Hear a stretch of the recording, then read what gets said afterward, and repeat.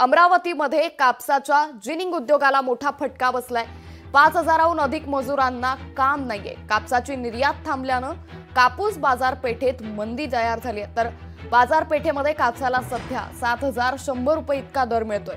कापसाची आवक थांबल्यानं अमरावती जिल्ह्यातील 60 कापूस युनिटवर आहे। तर आंतरराष्ट्रीय बाजारपेठेमध्ये कापसाची मागणी घटल्यानं कापूस व्यापाऱ्यावर मोठा परिणाम झालाय।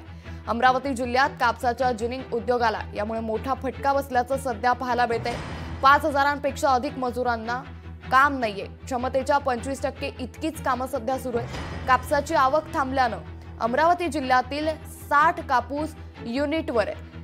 तर आंतरराष्ट्रीय बाजारपेठेमध्ये कापसाची मागणी घटल्यानं कापूस व्यापारावर देखील मोठ्या प्रमाणात परिणाम झालाय। कापसाची निर्यात थांबवली गेल्यानं हा बाजारपेठेत मंदी तयार झालेली आहे, मंदी आलेली आहे आणि त्यामुळे कापूस व्यापारावर मोठा परिणाम झालाय।